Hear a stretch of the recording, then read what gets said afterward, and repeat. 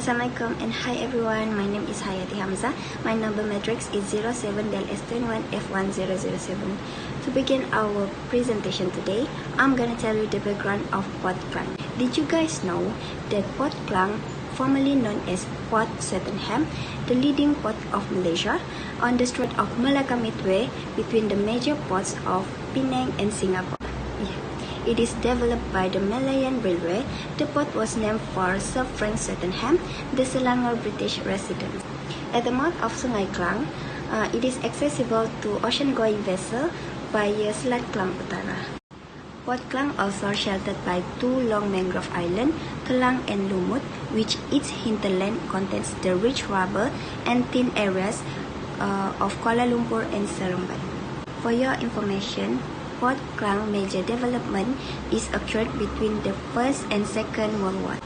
And in the 1960s and 70s, new deepwater berths were constructed with wharves suitable for handling containers as well as conventional cargoes. Last but not least, about the industrial development includes the nearby Panorama Industrial Estates, and it has more than 20 companies. Okay, thank you.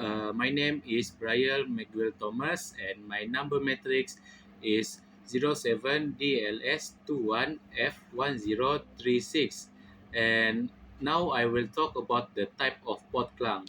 I found from my research that the type of Port Klang is a inland port, a port on an inland waterway such as a river, lake, or canal, which may or may not be connected to the sea, is recognized as an inland port.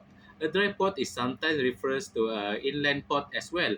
A rail or a barge terminal connected to a maritime terminal by frequent inland transportation service is commonly referred to as a dry port. Inland port is another name for dry port. Inland port is just such an inland site linked to a seaport. This kind of inland port does not require waterway.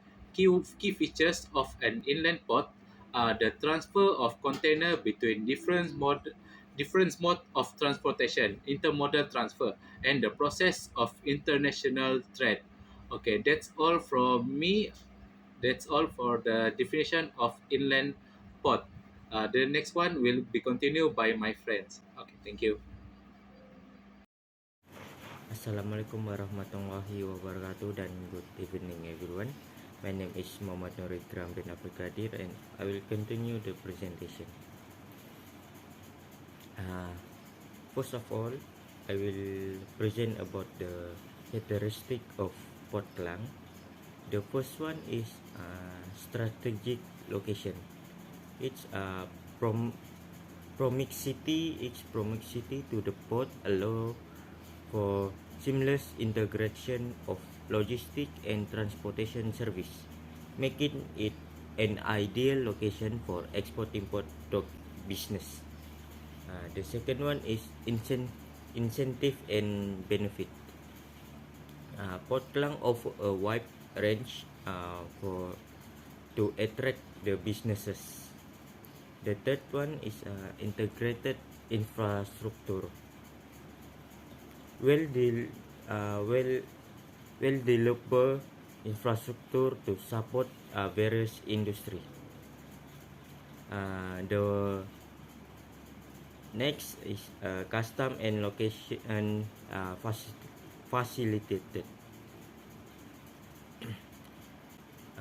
Port Klang have a facility international trade. It's a dedicated custom office with the zone to expedite custom clearance process. Industry and business culture. Port Klang encourages the culture of related industry to create synergy and enhance collaboration. Connectivity and accessibility. It's well connected to major highway, including the North and North-South Expressway, which provide convenient access to another part of Malaysia. regulator framework. Port Klang operate under a well-defined regulator framework to ensure the transparency, accountability, and compliance. Last but not least, business support service. Port Klang offer a range of business support service to assist company in their operation. That's all from me, and thank you very much for listening. Good morning to Suanbo and Sonoel. My name is Ethan and my matrix number is 07DLS21F1038. Today, I'm going to talk about the service provided by Port Klang. Port Klang provides a range of service to support the maritime trade and shipping operation. And here are some of the key services offered by Port Klang. The first service is container handling. Port Klang operates a container terminal including the North Port and West Port, which handles the loading, unloading, and storage of container. This terminal provides the facility for containerized cargo, including the container stacking, container inspection, and container maintenance. The second service is bulk cargo handling. The port has facilities for handling bulk and liquid cargo such as petroleum, chemicals, coals, and raw materials. The South Point terminal in Port Klang is the primarily dedicated to bulk cargo operation. For the third one is transshipment service. Port Klang serves as a transshipment hub which facilitates the transfer of goods between vessel and shipping routes. This allows for efficient distribution of goods across the various regions. The fourth one is warehousing and logistics. The Port Klang Free Zone offers warehousing and logistic facilities for companies involved in manufacturing, assembly, storage, and distribution. The Port Klang Free Zone provides a range of value-added service such as custom clearance, bonded warehousing, and then the distribution service. For the fifth one is tugboat and pilot services. The port provides tugboat and pilot services to assist vessel in maneuvering safely within the port area. Pilot guides the ship through the narrow and congested waters of the Strait of Malacca into the Port Klang. The last service is bunkering service. Port Klang offers bunkering service for vessel to provide fuel and lubricants. Bunkering facilities ensures that the ship have adequate supply of fuel for their journey. That is all from me, and the next part will be continued by my friend Yuna.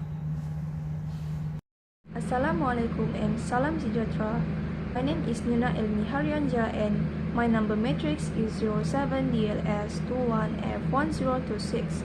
I'm going to continue our presentation with the advantages of free trade zone that we choose, that is Port Klang. Port Klang Free Trade Zone, as known as PKFZ, is a designated area for manufacturing, trading, and logistics operation within the Port Klang. Here are some of the advantages of Port Klang Free Trade Zone. It is include strategic location. Port Klang is strategically located in the heart of Southeast Asia, making it a gateway to the region and providing quick and efficient access to major markets. Second, well-established port facilities. Port Klang is one of the busiest ports in the region and has a well-established infrastructure for transporting goods.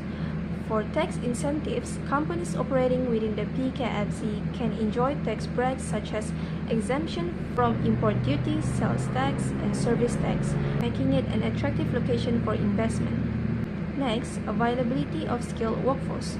Port Klang has a large pool of skilled and semi-skilled workers, making it easier for companies to find and recruit the manpower they need. Subsequently, attractive business environment. The Malaysian government has made efforts to create a business-friendly environment for foreign investors, which includes streamlined procedures for setting up businesses and obtaining permits. Overall, the Port Klang Free Trade Zone offers numerous benefits to investors, making it an attractive location for companies looking to establish a presence in Southeast Asia. That's all from me, and thank you. Okay, for the next slide, I will present you about the problem faced by Port Klang. The problem that Port Klang face is the congestion issues. The ways to overcome the problem, firstly, is increase the container yards operation efficiency, whereby creating additional yard space, including refill container yard space with plug points. And then second, ensure the loading operation go as planned in a congested port, and make an appointment in advance in order to onboard the containers at the right time. And then next, we also need to arrange pickup times with trucking company when approaching the destination port, or book a storage space within the yard until able to forward the containers in order to minimize the time spent in terminal. Last but not least, leverage technology and tools to boost productivity and reduce the wait times for vessel, for example, is marine traffic. And then that's all from me, and thank you.